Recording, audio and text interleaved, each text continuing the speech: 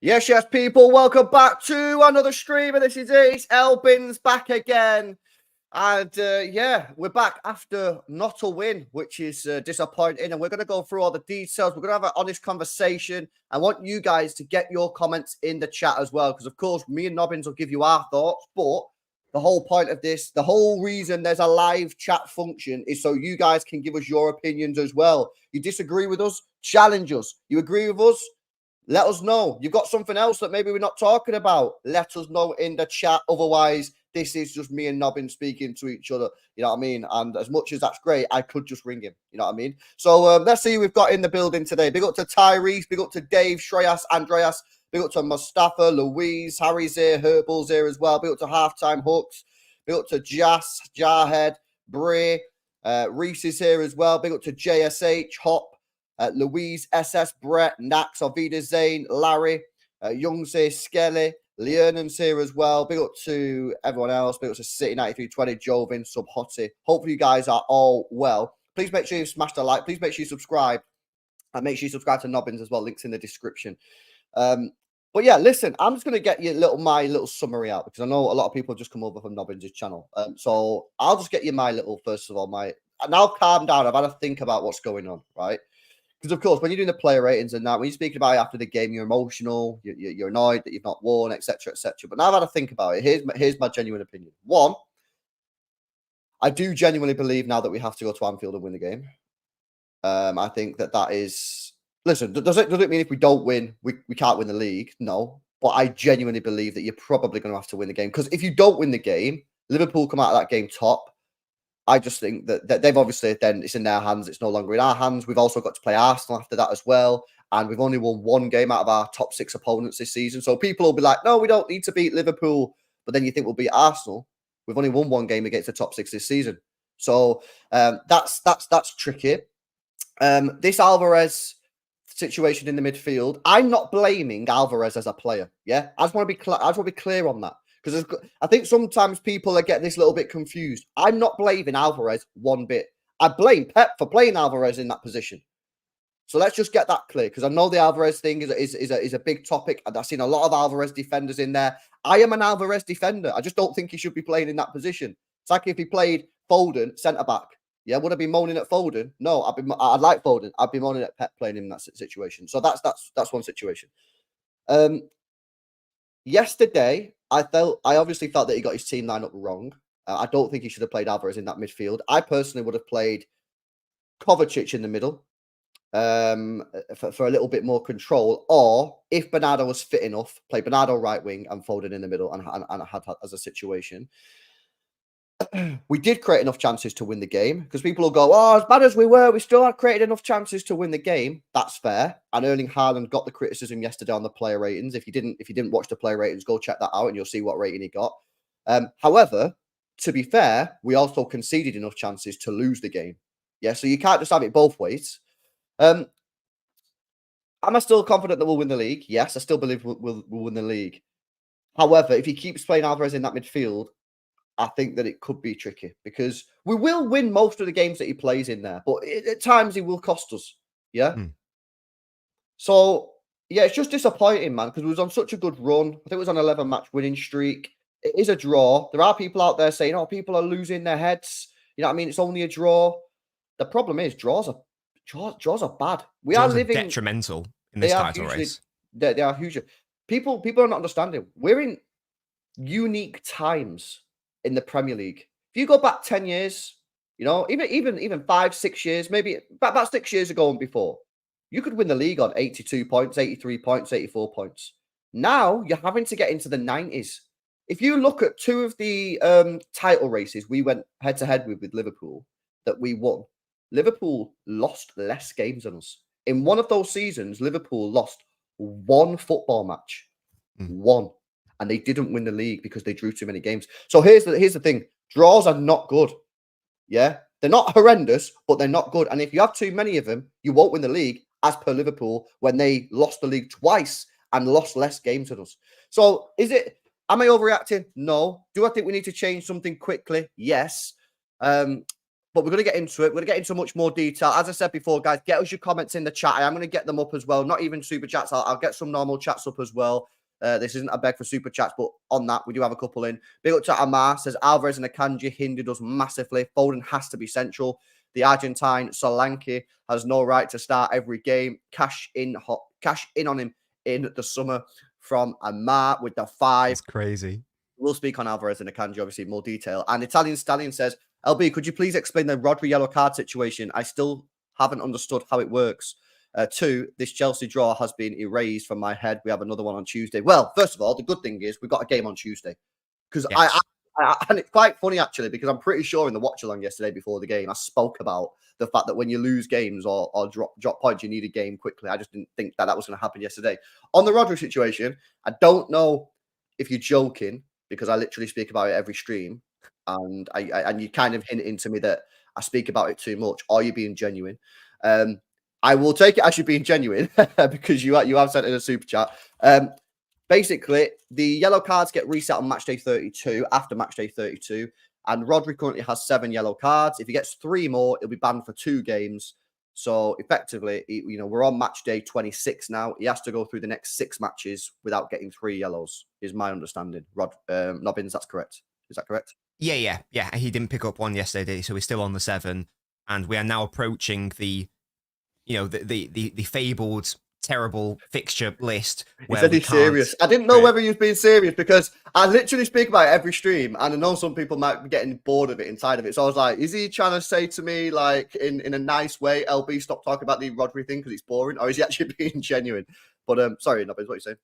No, yes. So we are now approaching that that fabled tricky fixture list coming up. The one that we were so concerned about him maybe getting yellows for. The good thing is he hasn't had a yellow in a minute. So hopefully, even if he does get another 3, those 2 missed games might come in a period where maybe it doesn't matter, or ideally he doesn't actually pick up another 3 from now to the end of the season. Maybe unlikely, but there is a world in which that is the case. Yeah, there you go. It's a stallion. I didn't know if you were joking and trying to wind me up. Right, Nobbins. Hello. Where should we start? You know what I want to do? I want to start from the back of the team and work our way forward, so we have some structure for the stream. So. Sure. Why don't we start with Kyle Walker? Because you put a tweet out yesterday, it went viral, had thousands of likes before the copyrighted thing came in about Kyle Walker. Annoying.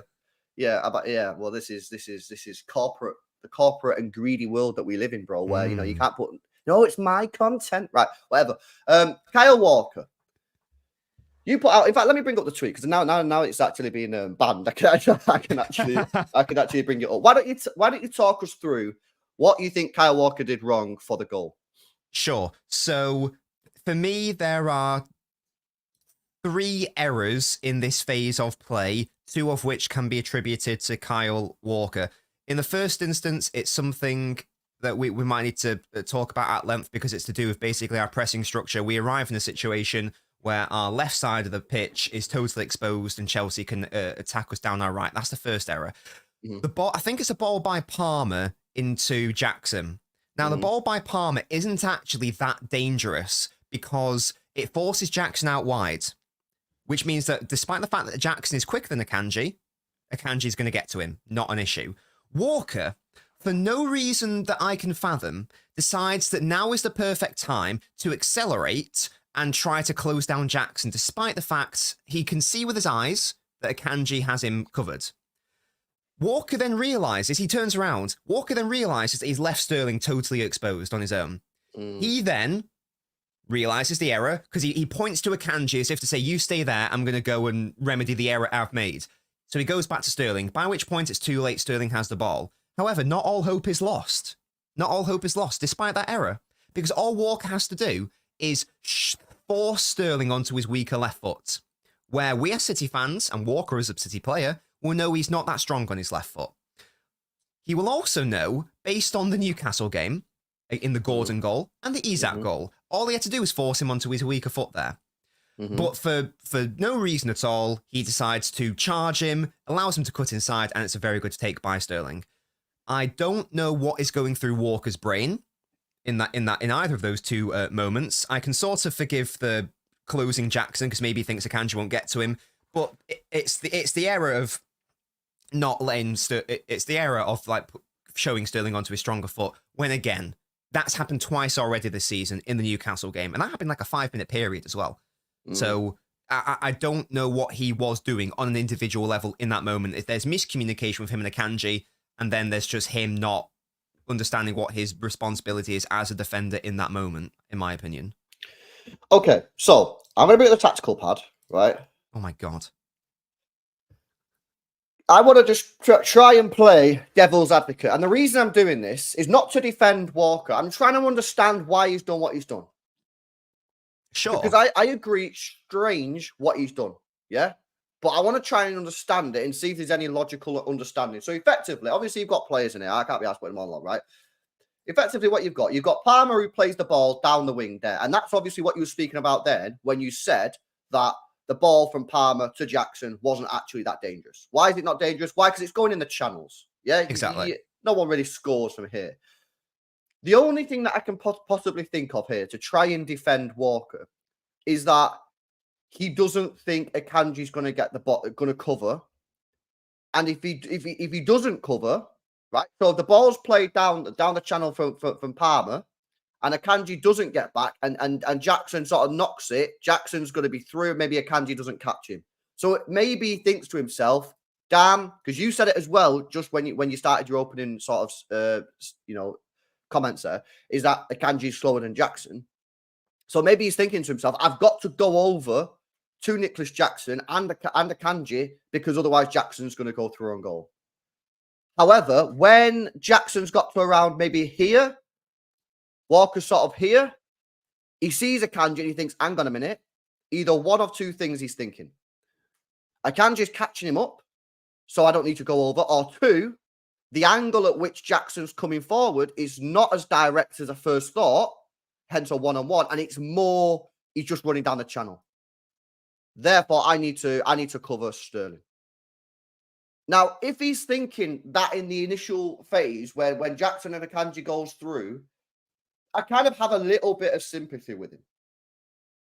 What I don't really have sympathy with him for, right, and I'm trying to be balanced here rather than just fucking cook players, is, oh, I don't like that. That's way too. Oh my. I'm sorry, that's way too zoomed in. What I don't really have too much sympathy with him is once he's realised that, hang on a minute, I'm making the wrong error, or the situation has changed. I no longer need to go over to Jackson. Sterling is my initial thing. He kind of goes into panic mode a little bit. And I get it because he is panicking. Because he's gone over there, he's realised he's made a mistake or that he no longer needs to go over. So he's going back to Sterling.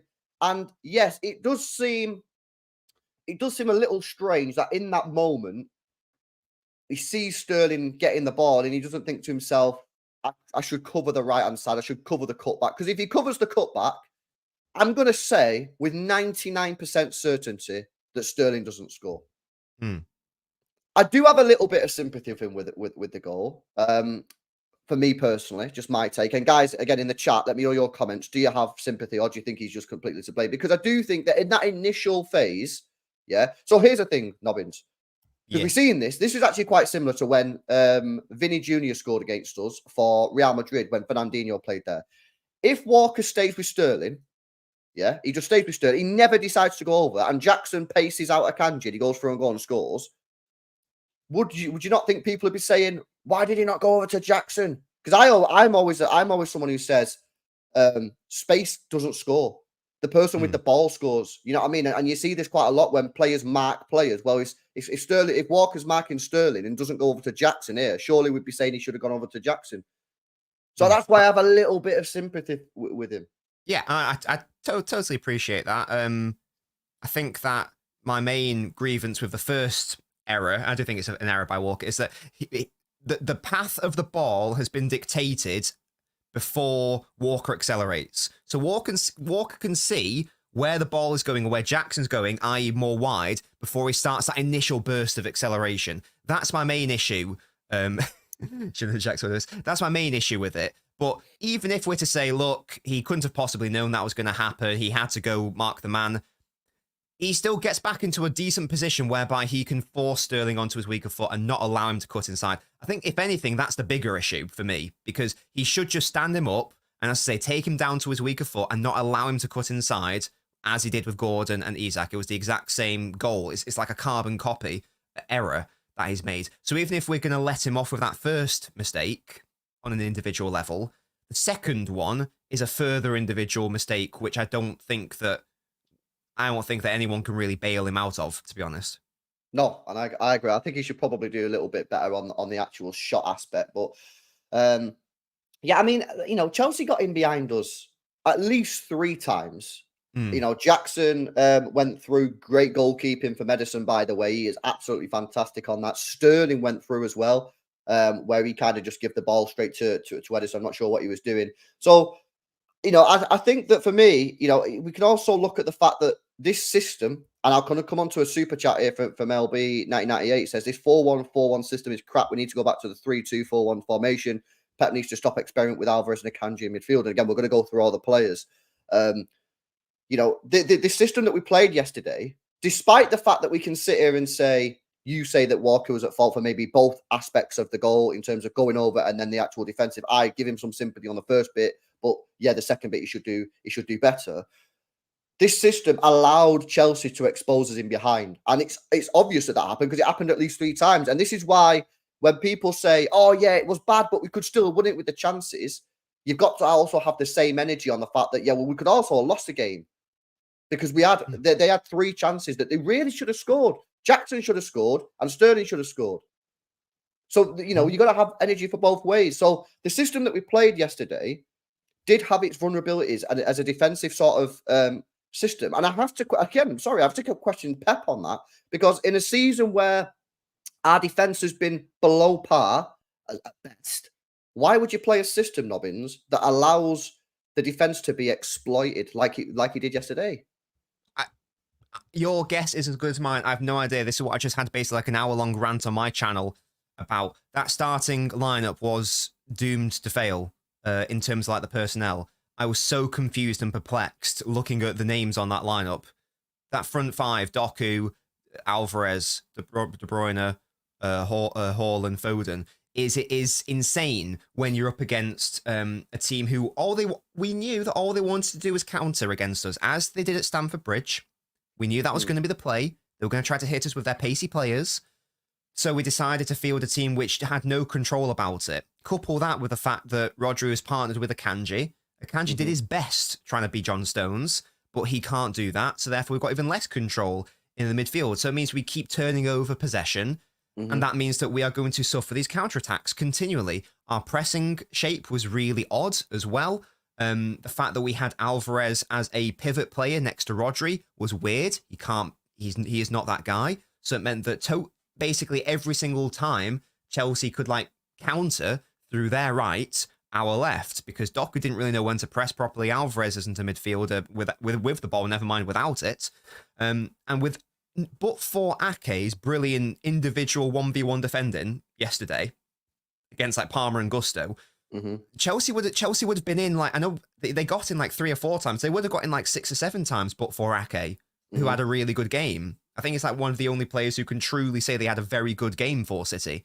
And it's almost as if we didn't learn from the mistake. Well, no, we didn't learn from the mistakes of the Stamford Bridge game. The exact same issues were presented, and that Walker error, all the other defensive issues, all stem from the system at the end of the day, and the fact that, as you quite rightly say, there was no control, there was no balance, there was no tempo setter outside of Rodri. Realistically, when your main build-up players are Akanji and Alvarez, you have no chance of having a stranglehold on the game, and you are just asking for the opposition to counter-attack on you. And Chelsea must have looked to that and gone, yes, please, thank you, this is baby food. Brilliant.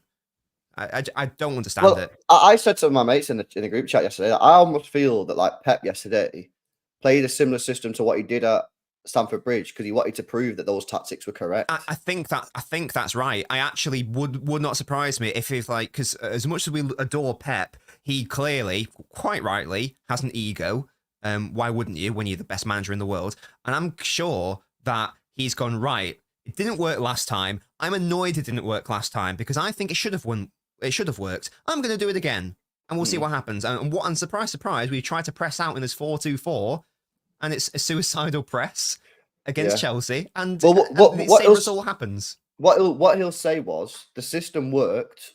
Stamford Bridge, my defenders let me down because they made silly mistakes. He'll say yesterday, Haaland let me down because Haaland missed at least 2 goals that he should 100% should have scored. The fact is that system, whilst he's correct in saying that, it allows for vulnerabilities. You know what I mean? Exactly. But obviously, listen, my point on Pep Guardiola is this: yeah, if you're going to get a big manager, they're going to make big decisions and get things wrong. Yeah, Klopp will do it.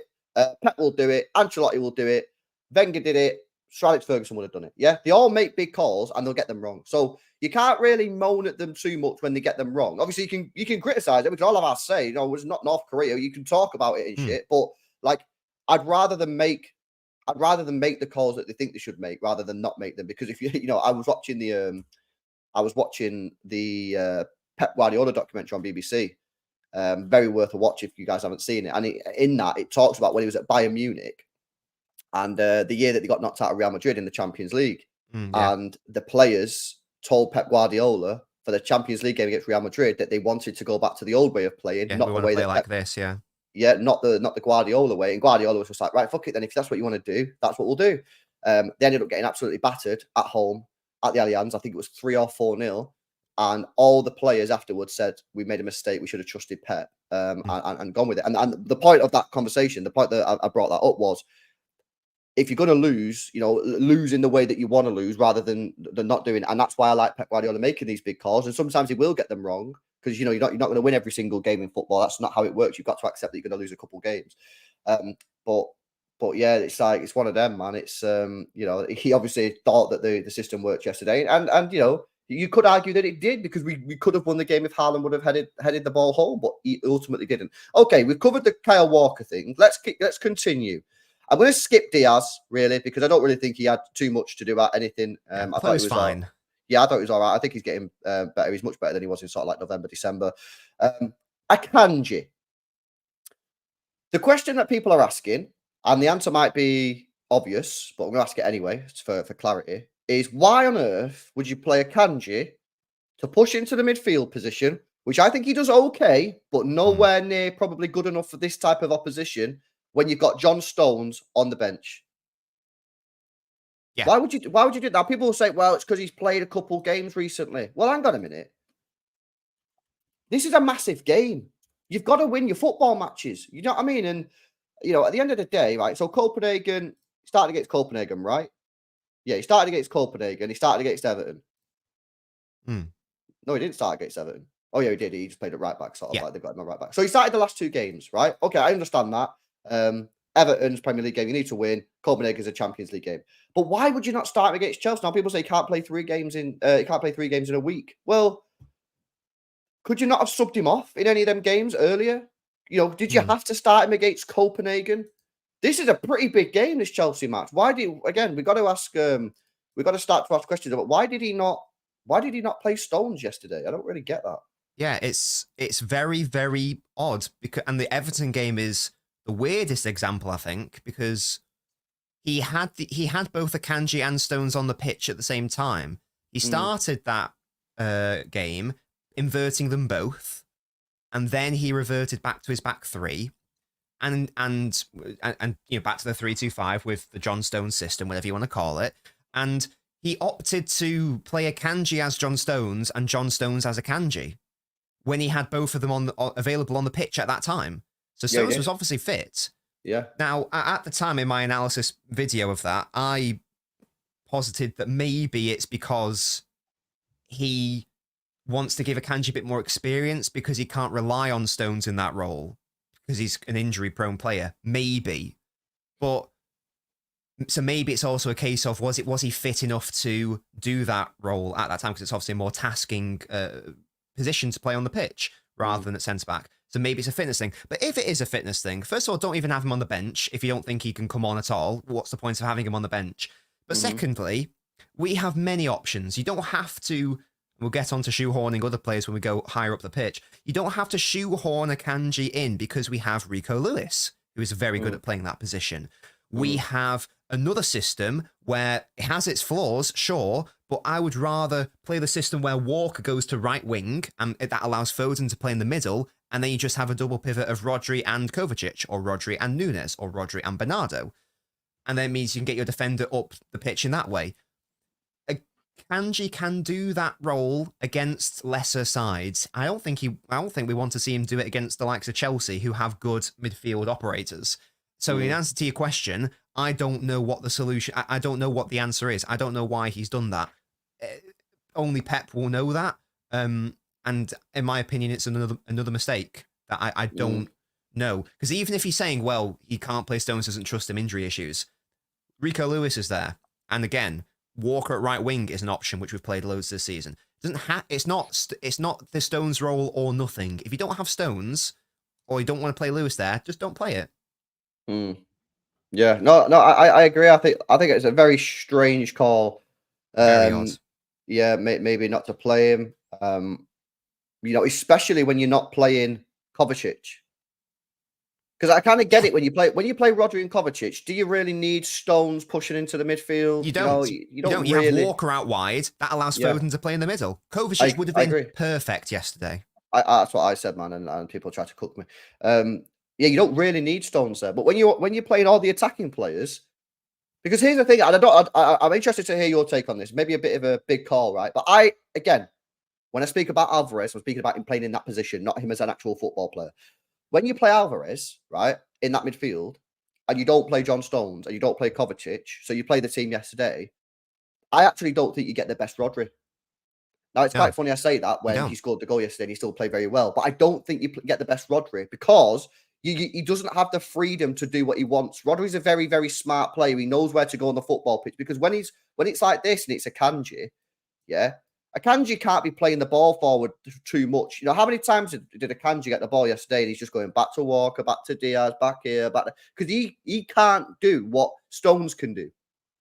When Stones gets the ball, you all see Stones. I don't need to go through it in detail. The guy's whipping balls out there. He's spreading it to Foden. He'll give it to Alvarez, into De Bruyne. He'll fire it into Haaland. Maybe he'll even go on a run. There's that fantastic stat from the Champions League final against Inter Milan where John Stones made more sprints or more dribbles in a Champions League final than any other player going back to 2012. I think Lionel Messi, or 2015 Lionel Messi. So that's the difference between him. So what that means is, what's the point of why I brought this up?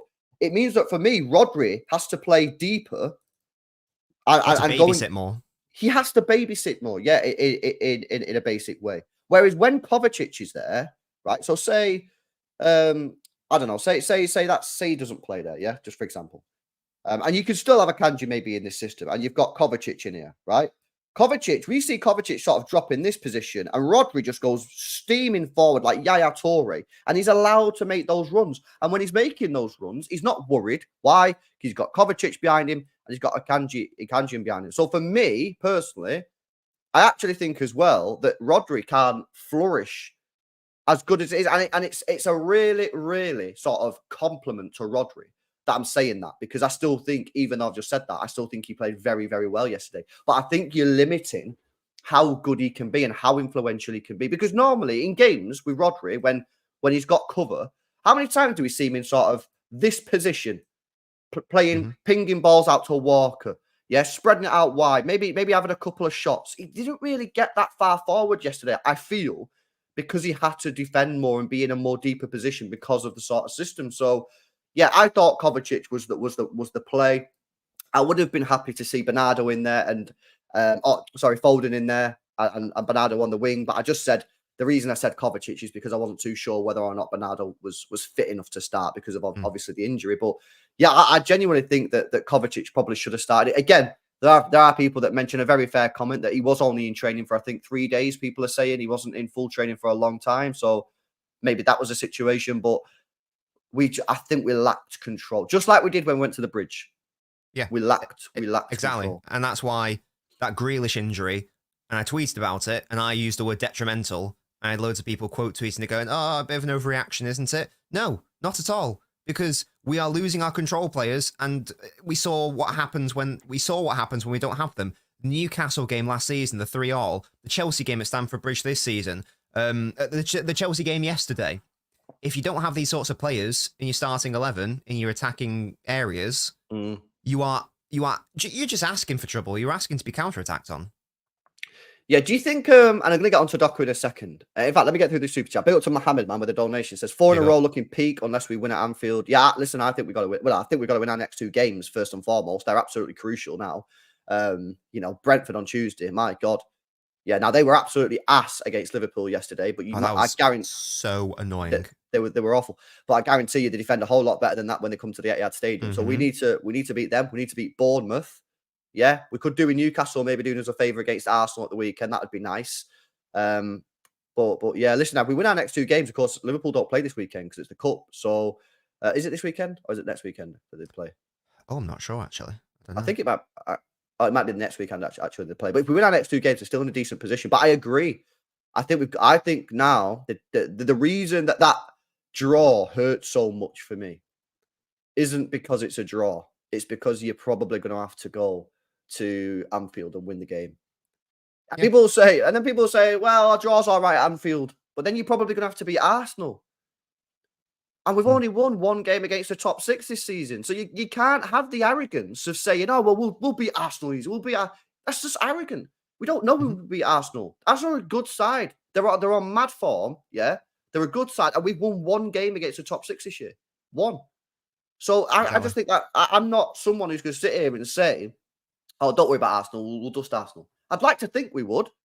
But if you can't beat Liverpool and you can't beat Chelsea home and away and you can't beat Tottenham at home, you can't beat Liverpool at home, then what gives you the mad confidence that, yeah, we'll dust it? I just think that's more of an arrogant sort of take. So that Liverpool game's absolutely huge. Big up to Jordan Bass says, never going pub to watch City again, hangover and pain. I did warn you, bro. I did warn you when you said that yesterday. And big up to Half-Time Hooks becoming a member. I appreciate the support, bro. Thank you very much. He also then comes in with a super chat and says, do City need to be less reliant on Rodri? Well, 100%. We need to get a DM, man. We need Kimmich. Kimmich, for me, is the perfect player. I think it solves that problem overnight. Solves it overnight that we have. Because we do have an over-reliance on Rodri. Rodri's not there. We're in the mud. That's why we always keep checking the yellow cards. Because we know that when he's gone, we're gonna be seriously struggling and those games are gonna be sweaty. Now, Kimmich should be available this summer, hopefully. And it shouldn't cost a lot of money. I reckon 40 to 50 million. He's only got a year left on his deal. So you should get that deal over the line. If you do that, I think that would be absolutely incredible. He can play in multiple positions, right back, centre defensive mid. He could probably do the Gundogan role. Maybe not quite as good as Gundogan, but he's a whole lot better than Kovacic. And he's available. Yeah, he clearly wants out of Bayern Munich. He's still not signed a new contract. We should be all over that deal. And I got to say, it would be ridiculous if Manchester City are not looking to sign Kimmich. Ridiculous. Yeah. And Pep's worked with him before as well. Exactly, yeah. And yeah, perfect profile of player. Experienced as well, immediately comes in and improves that starting 11. You couldn't really think of a more ideal signing for City if it's possible. Yeah, no, absolutely. Big up to German Chicken Wing says, I just can't question Pep for whatever he does. Believe me when I say Alvarez in the midfield is not stopping anytime soon. Well, we are not winning the league then. Let me tell you that. Let me promise you now, German Chicken Wing. We ain't winning anything this season with Alvarez in the midfield. Amar says, let's talk about Julian Solanke. Mad overrated. I don't think he's overrated as a striker. I don't think he's overrated as a striker. I think as a striker, yeah, I think he's there. But not as a midfielder. I just can't see it. And this is what you were alluding to before. It's not his fault. It's not his fault he's not a midfielder. It's not his fault that Guardiola keeps playing him in midfield. It's Guardiola's fault that Guardiola keeps playing him in midfield.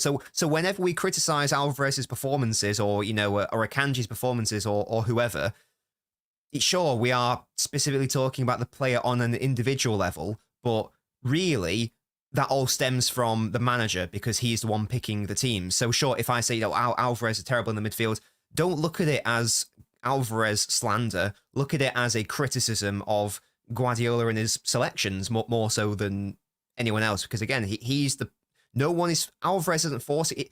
There's no way that Alvarez is like going, right, you play me in midfield or I'm leaving and I'm going to kick off and whatever. There's no way he's making those weird demands. There's only one person who keeps putting him in midfield, and that's Guardiola. But here's the thing. Did you see my tweet before? You probably didn't because you were streaming, I think. I indeed.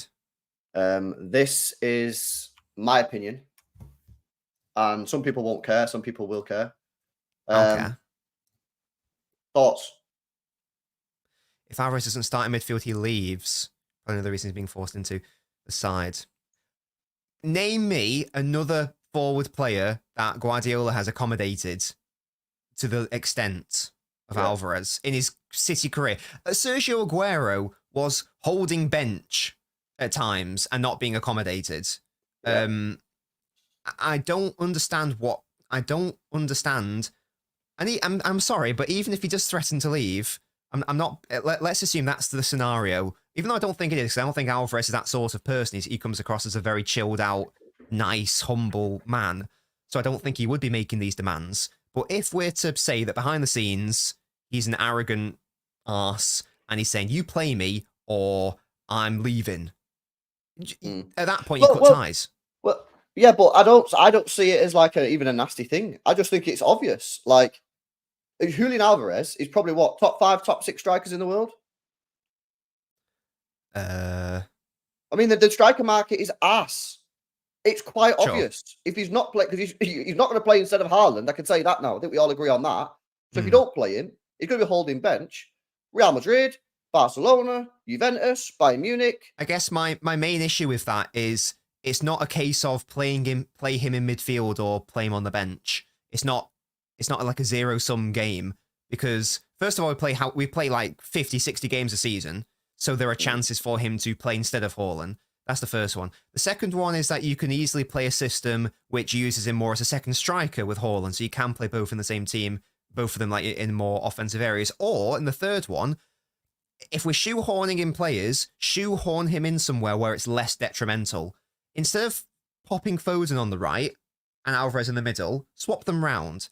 Maybe Martin was right all right. Martin's been saying this for a long time, man. Yeah. But again, and I don't think that's the right call. I think the right call is to bench him if like the striker position isn't there, or if you're not going to play with a second striker.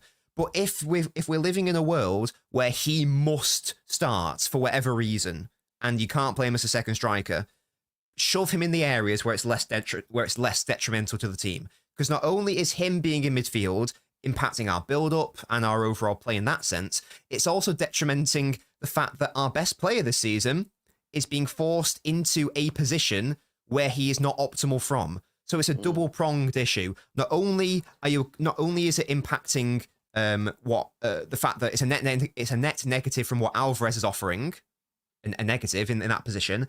It's also impacting what Foden is offering this side. So it's a two-pronged issue. And again, if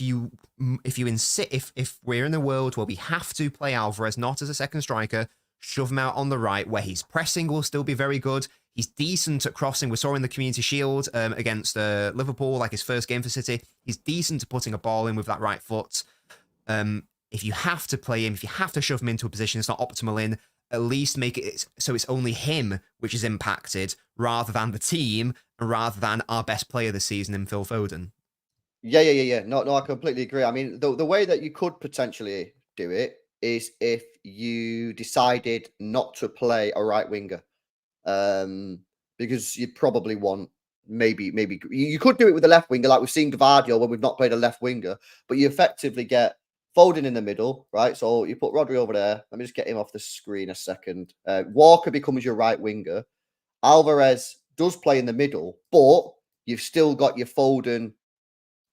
That could work. Now we've seen this, but the other way around with no left winger instead of Doku, or you know what I mean. We've like Gvardiol's been playing there, haven't we? We've not seen a left winger. Gvardiol's been our left winger, and we've had a right winger. You could flip it, and maybe to make it a little bit more simple. That's probably more how you do it. That's right, isn't it? 1, 2. That's 4, 5, 6, 7, 8, 9, 10, 11. Yeah, you could do it like that. We've seen that, but the other way around with Gvardiol instead of Walker. But then you're running into the point, and people will go, well, Walker can't cross a ball. Why are we playing Walker in the attacking position? But at the end of the day, there's only so many solutions that you can throw. You know, at the end of the day, you cannot, you can't have the answers for everything. You know, you're not going to get a perfect team. Yeah. And this is my main issue with this, that the fact that we're having to have this, these conversations, no disrespect to Alvarez, great player, he is not good enough to be having these conversations of what can we do to get him in the team? How are we going to... It's not like an England starting 11 situation where we're having conversations about, right, how can we get Bellingham, Foden, Saka all into the team at the same time? As much as I like Alvarez as a player, he's not good enough to be having this headache over. So if it's a case of, right, yeah, we need to have to change the system to get him in, at that point, it's not worth it. I would rather he just be, in the biggest games on the bench as someone who you can bring on to change the game, and with rotation as happens because City play a lot of games, he can still play at striker when he does start, rather than just again. I don't think any City players started more games in the league than Alvarez. I think he's now maybe overtaken Walker, maybe even Edison in that respect. He's certainly up there either way. I'm sure like the stat came up before the Chelsea game, like it said like number 1 for starts. Maybe that's all comps. I'm not entirely sure. But yeah, as I say, great player, like Alvarez a lot, but he's not worth this headache. He's not worth this conversation based on his quality, which is good, but it's not worth all these accommodations and shoehorning. So one final point on that is something I was touched on in my live stream. If you look at our bench from yesterday, there is no one on that bench who you would think, right, we need a goal, we need an impact player now. Game changer, who we're going to bring on. There's no one there. There is no direct player who you think and bank on, right, they're going to get me a goal. Not like, and will change the game, like a Doku, Alvarez, Haaland, De Bruyne, Foden. So if you start all of these players, like the 5 I've just listed, it means that you've got no one to rely on coming off the bench. So just from like a practical standpoint, you need at least one of them on the bench so you can like impact the game positively in the late game. Like let's say last 10 minutes, you don't want control, you want impact, goals now. Last 10 minutes of a game, bring on Alvarez because who cares? He can maybe strike the ball really well and get you a goal. But if you start him and it goes wrong, then where do you go? You've got to go backwards. You can't go forwards and impact the game positively. Yeah. But I feel like we've had that problem a lot this season with the injuries. Where our bench, maybe about 1 or 2 games, our bench has been like, this first team needs to deliver. Otherwise, we're kind of mudded because we've had so many injuries. And everyone has injuries before everyone goes, oh, we had injuries. I'm an Arsenal fan. No, I get that. I'm just saying my club's also had injuries. And, when you have injuries and you have a small squad, as Pep Guardiola likes to have less players, then that is a case. And of course, for example, you're talking about impact and goals, who's going to get you a goal? Well, obviously, you've not only got a small squad with injuries, you've also lost Gundogan and replaced him with Kovacic. Kovacic is going to massively drop off in that regard in terms of goals and assists. You know what I mean? Because Gundogan's usually getting, like 20 GNA a season? Kovacic will be looking to get 5. Genuinely, not hating on the guy, just that's the stats prove that over his career over the last 10 years. And then you've lost Mahrez. Yeah, you lost Mahrez, who gets maybe 30, 35 goal involvements a season. You brought in young Doku, who we'll come on to in a second, but he's only young. He's going to take time to get in there. So you've lost a lot of goals and assists from other players, and we've not really replaced them. You brought in Nunes. That was a panic buy. I'm still not sure his long-term future at City. Kovacic, I thought was a good signing, but you needed someone else. We tried to get Paqueta. That fell through. What can you do?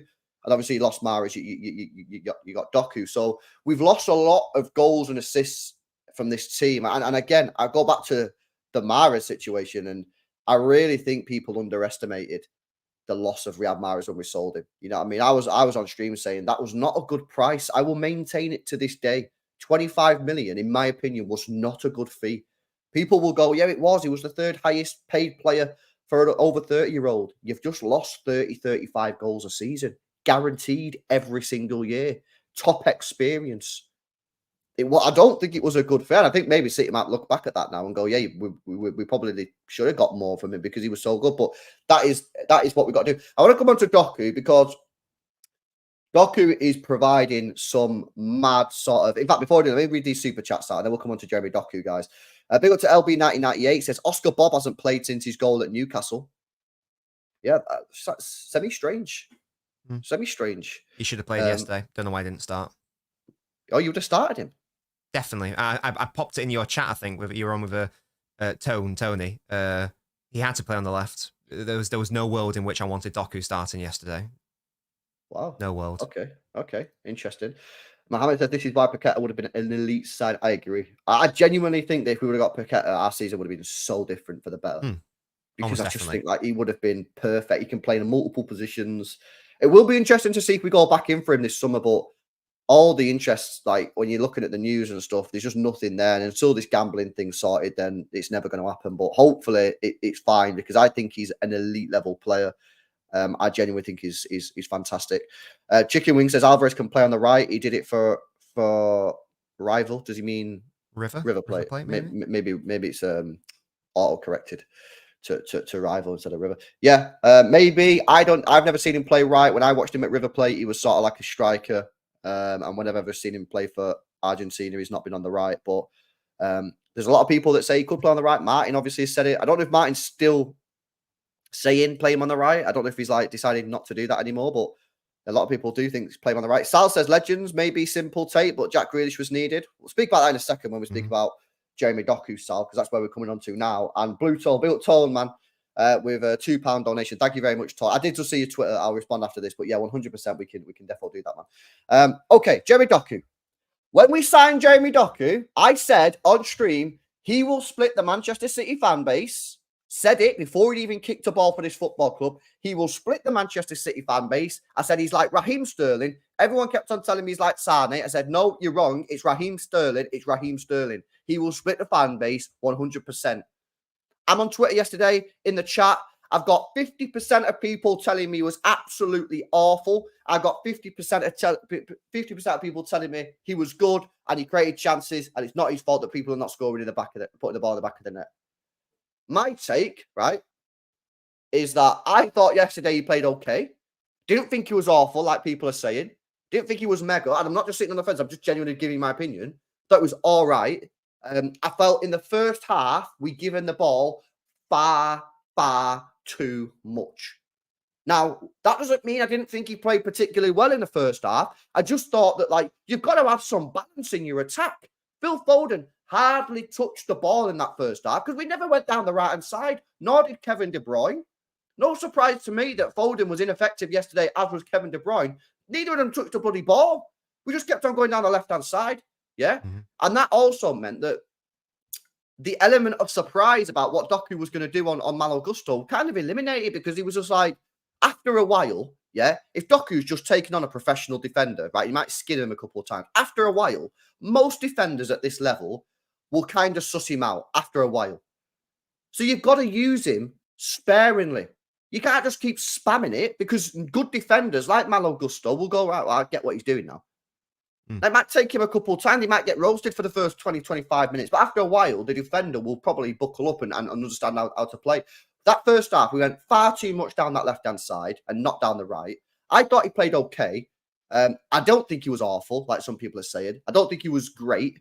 I just thought it was okay. I think my player ratings, I give him like a 7, 7.2, something like that. Just thought it was all right. Not great, not horrendous. But I knew this was going to happen, bro. Soon as we signed him, I said he's going to split the fan base. And half of people are going to rate him, and half of people are going to love him. What's your sort of take on Doku, man? I like Doku a lot, but he's clearly not ready for these games. When you say these games, what do you mean? What type of games are you talking about? Big games? Big games. Teams that with style of play? Or big games against big clubs who have very good technicians and where there is more emphasis, where more emphasis is needed on having control of the ball and not forfeiting counterattacks. That's what I mean. I thought he started the season brilliantly well, much better than I thought he would. I thought he needed a season to get used to how we play. He seemed to be perfect from the off. He sort of got that injury, and it's almost like the novelty sort of wore off in that teams realised that all we really have to do is double up on him, sometimes even dribble up on him, and you prevent him from doing his dangerous work. Now, that's fine. That's when Doku then needs to problem solve and realise that if he's being doubled up on, that's actually a good thing because it means that space is created for others. So in those moments, Doku then needs to go, right, I'm being doubled up on. The play isn't to dribble. The play is to actually find someone else in a better position than me, because by virtue of my gravity, I've created space for someone else. But too often, like yesterday, for example, it didn't happen enough. He kept making the incorrect decisions when he had the ball too many times. That meant that we turned over the ball too many times. That meant that we suffered counterattacks against a really good counter-attacking team in Chelsea with fast players like Jackson and Palmer and Sterling. That's part of the reason why they were able to get in so much, because I say we kept turning over the ball. His off-ball work yesterday was poor. I think that's fair to say. He did create a few chances with the ball, fine, but overall his off-ball work was bad. He's not quite got how we press yet. Too many times we tried to press down our left, and Chelsea were in so much down our left and their right.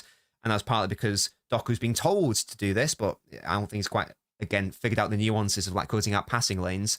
He kept closing down Disasi, and then Disasi could easily just do a triangle around him, and then they were in, basically. It totally bypassed Doku. That meant Ake was left totally isolated, and again, but for Ake's very good individual work 1v1, it would have been a disaster defensively down that side. So I like Doku a lot for certain games.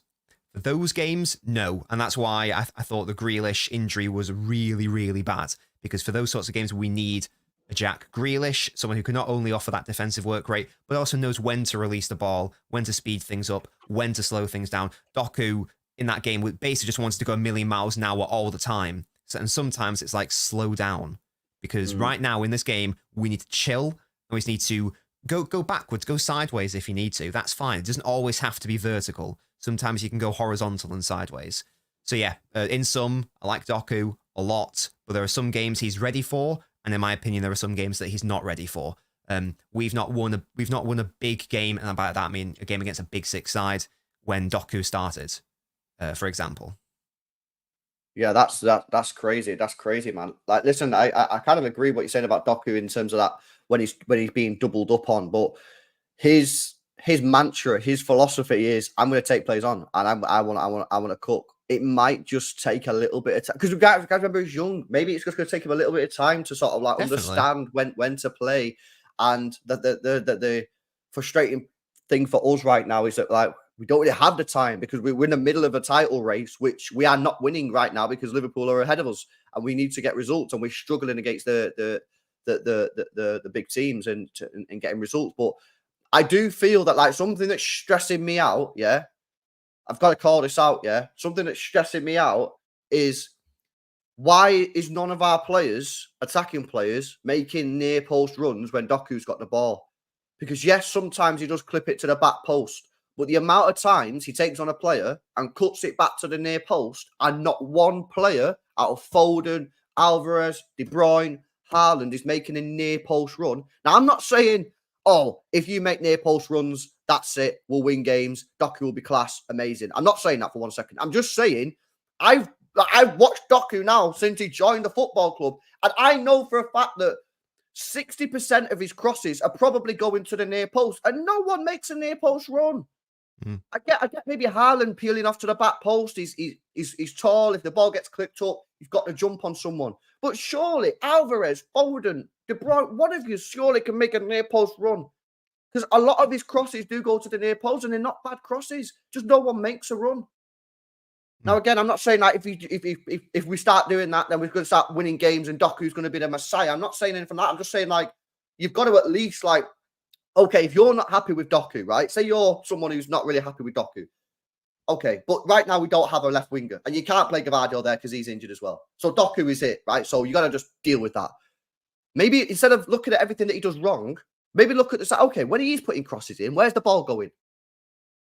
Where's the ball going? Well, I think 60% of the time, I feel like his crosses go to the near post. Okay, where are my players? No one makes the run. So if we start doing that, maybe that's a chance. Osmodius says, yeah, Oscar Bob, maybe. I'm just talking about, clearly, Oscar Bob is not fully trusted yet because he's not started too many games. If Doku's playing on the left-hand side, just at least a couple of times, please, will one of our attackers just make that near post run. Or, if you play him, at least give him a proper partner to be able to bounce off properly, because Doku and Alvarez is not a combination I ever want to see again. If you're going to have a more direct winger in Doku, you need a more chilled out midfielder like a Kovacic to help balance out that verticality. So yeah, it's not all on Doku, and again, I'd say it's more on Guardiola in how he's using him and how he's maybe overly relying on him in these games. But yeah. Fortunately, these issues are very easy to solve. It's just whether they will be solved. Yeah, no, 100%. Guys, make sure you drop a like on the stream, man. Over 600 people tuned into the stream. Come on, let's get those likes up. We're 40 people away from 300 likes. 600 people in the building. Well, 650 people in the building. Hit that thumbs up button, man. Come on, make sure you subscribe to the channel. Make sure you subscribe to Nobbins as well. Links in the description there. Try and support us all, man. You know, all those YouTubers trying to get you the free content, trying to just, chat football. Big up to MCFC lads. Big up to Big Steve. I've seen Big Steve in the chat. Big up to Blue Tone. Big up to Martin. I've seen all you guys in the chat as well. So big up to everyone there. Nobbins, have you got another 5-10 minutes? Is that? Yeah, of course, yeah. Cool. Because I just want to speak about Erling Haaland and Kevin De Bruyne, because a lot of people in the chat have said, oh, you guys will speak about Akanji, Walker, Doku, but you never speak about Erling Haaland. You protect him. Well, first of all, I don't protect no one. I was calling out Diaz in December when no one else really was calling out Diaz, saying his standards were poor. Yeah, so that's BS. I give Haaland a 0 on the player ratings yesterday. So clearly that's not protection. And I said Kevin De Bruyne was poor, and I give him a 5 yesterday. So first of all, anyone saying that I protect people, that's BS. I have no favourites at this football club, none whatsoever. I wish all the players the best, and I just tell you my opinion. Yeah, Haaland yesterday. At the end of the day, we'll speak about it, but there's not really much to speak about. He's a striker. His job to put the ball in the back of the net. He had at least 2 chances, which he should have done that. Didn't do it. I mean, I don't know really what else to say. Like, at the end of the day, that was his job. He didn't do it. What more is there to say? But, like, your thoughts on Haaland yesterday? Yeah. Obviously, he nearly accumulated an XG of 2. I think he got like 1.7, something, depending on like what XG sites you look at. Sure, on another day, he probably scores 5. There were 3 big chances that he missed. I think so yeah, on an individual level, he should have done better. But most individual errors can be rectified if the structure is correct. And we've touched on the attacking structure. Too much reliance going down the left, and also just not using our right, which has probably got our 2 best players on it. But also, and I was just about to say this. Yes, those chances. Of course, I don't care how good you are in the air as a striker. You should score them. I'm not trying to absolve him of any criticism here, because he should be criticised for not scoring those chances. But Haaland notoriously is not that good in the air, and he never has been good in the air. He was never good in the air for Salzburg, for Dortmund, and he hasn't been that good in the air for City. He's not bad in the air, but it's not his forte. So why we keep constructing chances for him which rely on his heading ability is beyond me. I don't understand why that's the play. Again, not trying to excuse him. He should still score them, but if we're to say anything, then I would say that the best chances were with his head, and he's not a player who's going to excel with his heading, despite his height. You know what's crazy, right? Is last year, me and my mate put a bet on Erling Haaland scoring 5, all Premier League, 5 left foot goals, 5 right foot goals, 5 headed goals in the Premier League, right? Before the season kicks off. And everyone that spoke to was like, he's awful at heading. You're never going to get that. He's awful at heading. You know, that bet won by December. He got 5 headed goals in the Premier in December. But no, I agree. I feel like last year, I feel like a lot of the goals he scored was like the ball got crossed in off the left-hand side, and he was there to tap it home outside the 6-yard area. That's why a lot of people call him a tapping merchant. Now, you can call him whatever you want. If you score 50 goals in a season, I don't give a fuck what you call someone. Yeah, I mean, I just like you scoring 50 goals. I agree. I do feel like a lot of the chances that we created him this year are not the same type of chances that we created him last year. I always feel like we create him harder chances than last year. I feel like last year we've given him easy chances. He was bagging them all. That's why he was just slamming his XG. And that stems from the issues we've touched on, the lack of central build-up, the fact that last season we had Gundogan and De Bruyne, and now we have Alvarez in there, plus whoever. That's the main issue. I think that we aren't able to create as much centrally, and the best chances come from the central areas. Therefore, we have to rely more on our wide players. Therefore, we have to rely more on high crosses to bypass the opposition defence. therefore the chances aren't as they aren't of as high a quality potentially. Mm. Yeah. No, I agree. Listen, Haaland was poor yesterday. Hmm. I'm backing him to turn it around 100%. He's that type of player where if he has a bad game, I think the next game, watch out. But like, we need him to score the goals. That's literally his job. And Hmm. before anyone says you only spent 2 minutes on Haaland and you spent 10 minutes on everyone else, it's because it's just so simple. Like Haaland's job is to put the ball in the back of the net. He didn't do that. He failed. He got 0 from me in the player ratings. That's just how it is. But like, I don't really know what we can't just spend 20 minutes speaking about it because people want it to be balanced. Like he was awful yesterday. His job was to put the ball in the back of the net. He didn't do that. He got 0. There we go. Move on. De Bruyne, I didn't think he had a good game. By the way, can we stop this Kevin De Bruyne taking corners thing? I just really don't think I love Kevin De Bruyne. I personally think he's the best player that's ever played for this football club. But his corners, man. He just, even when he does beat the first man, they just float in. Like, I prefer it when, I actually prefer it when someone like Alvarez takes it or Foden, where it's like probably less accurate, but it's whipped in with pace.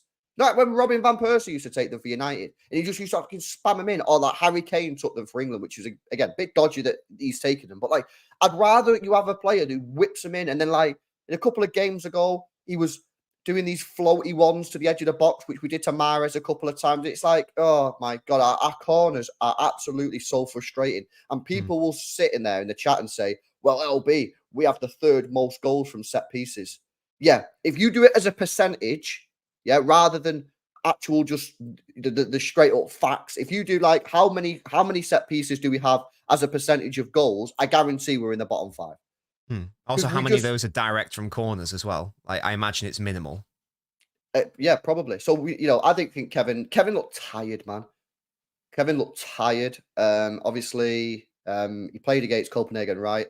He then had 3 days rest. He played against Chelsea. He looked tired, which is understandable. He's still only just come back. He's had 7 months off of football, so he's probably not going to be able to play.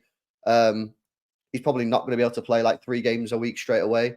The bad news is he needs to play against Brentford, and that he's got even less rest. He's only got 2 days rest for that one. He just had 3 days rest. He looked tired yesterday. And now he's got 2 days rest, and we need to play him again against Brentford.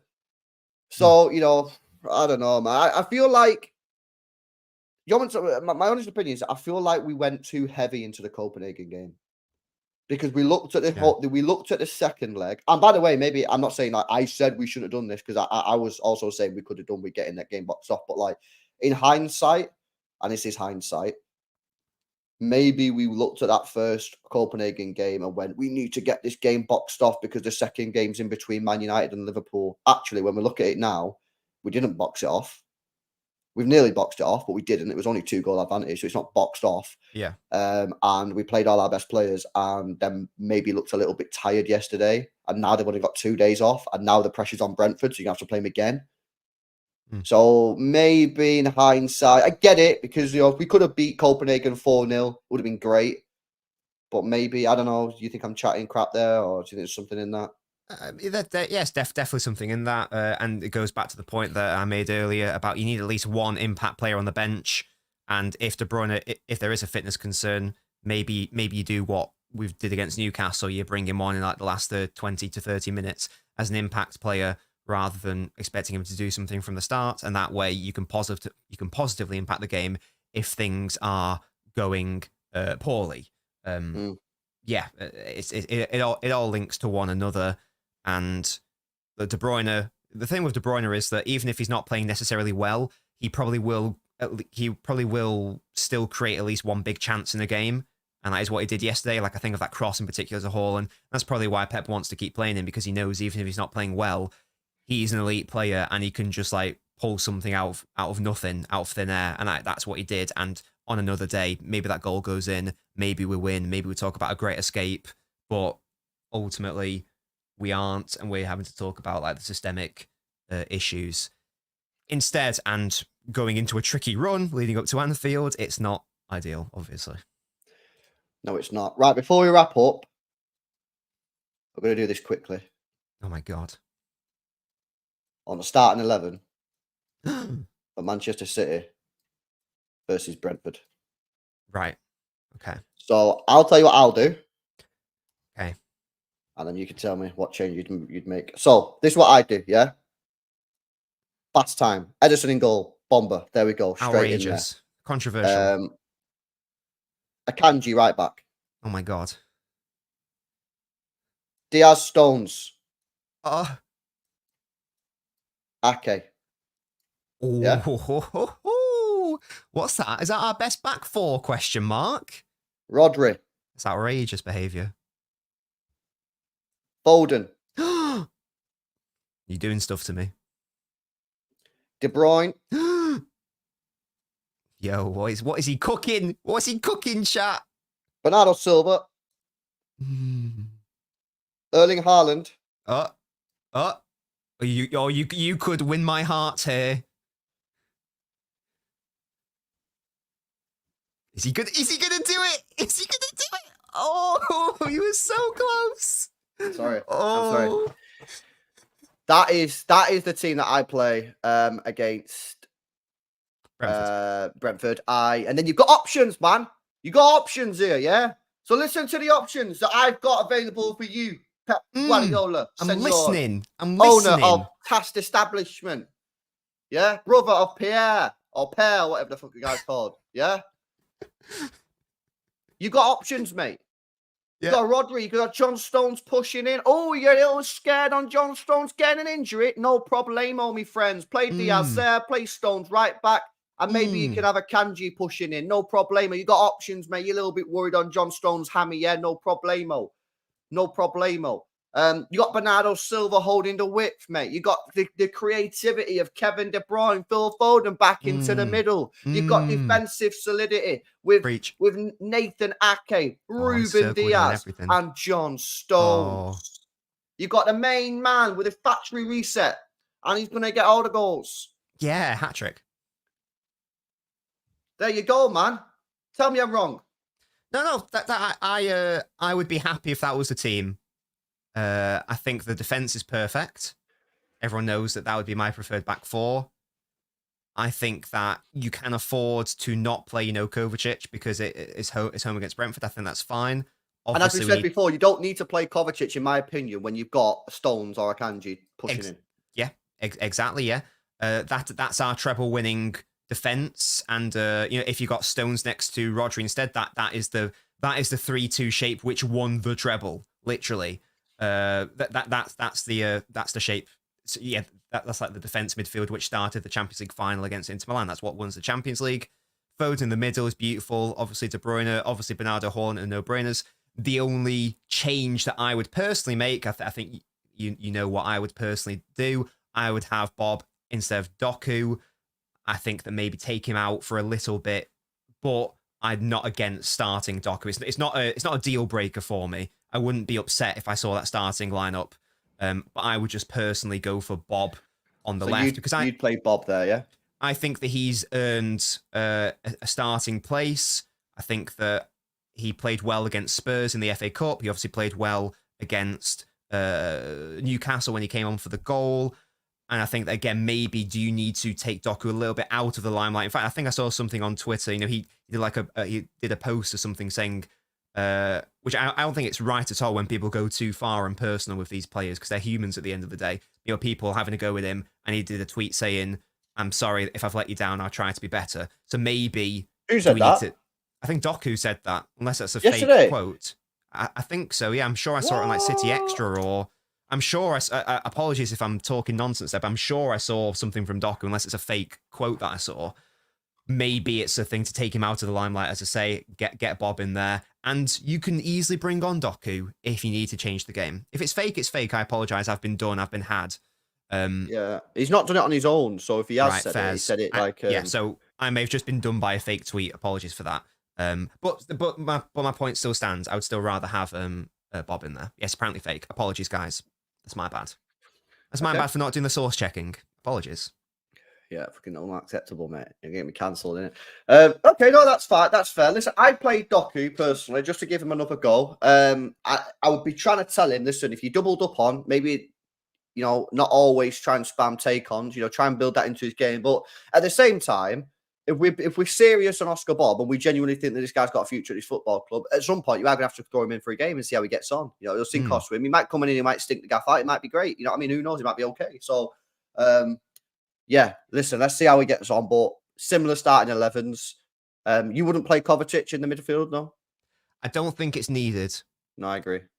I don't think it's needed either. Not if you're playing Foden and De Bruyne in the midfield with a Kanji or John Stones pushing in. I completely 100% agree. Yeah, a couple of people in the chat saying you'd play Grealish. Well, you'd be playing him on crutches then because he's injured at the moment. If Grealish was available, totally, but he's out for 2 weeks or 3 weeks. Yeah, so you can't do that. But there you go. There you go. Guys, hopefully you enjoyed another episode of L Bins. Hopefully Nobbins will be available on Wednesday for another episode of L Bins. And if we lose, I ain't coming. I tell you what, yeah, if we lose against Brentford, that could be curtains, man. Someone in the chat said could curtains. Be. Could be. It will be. Yeah, it probably will be. How many points would we be on? If we win our game in hand, we are 1 behind Liverpool. Yeah, if we lose, we'd be 4 points behind Liverpool. Exactly. Which would make an Anfield win beyond needed. We'd have to do that and it more. Would be an absolutely, it'd be a necessity, and you still might not win the league. So, exactly. Yeah, listen, you got to win your next game against Brentford. You got to beat Bournemouth, and then you're probably going to have to get a result at Liverpool. It does make these games intense. It probably makes the game against Brentford more exciting to watch in the sense that like there's more on the line because if you lose, you're screwed. And it makes a win feel a lot better. But listen, the pressure's on now. The 100% the pressure's on, and people are saying, "Oh, but we're still unbeaten in 15, or we've lost 1 game in 15." Great, you've got to keep winning though, lads. Yeah, because otherwise draws kill you. As I said at the start of this stream, Liverpool, 2 times they went head to head with City in the title race, lost less games than Manchester City. They lost less. They lost 1 game in one of the seasons. The year they got 99 points, they lost a single match and didn't win. You know what I mean? Exactly. So we got to win football matches. Guys, you know what to do, man. Make sure you drop a like on the stream if you've not done so already. Let's get those likes. Oh, this could be the most liked Elbins ever. We're on 325 likes, 25 more people. Let's get it to 350 likes. Big up to Amar, Stallion, LB, Mohammed, Jordan, Halftime Hooks. Big up to Chicken Wing, Sal and Blue Tone for the super chats and memberships. Make sure you subscribe to Nobbins. The link is in the description. I might be back later on. No watch along for the United game. I've got to go out. But I might do another stream later on tonight. But other than that, from me and Nobbins and this episode of Elbins, enjoy the rest of your Sunday. And we'll catch you guys in the next one. See you later.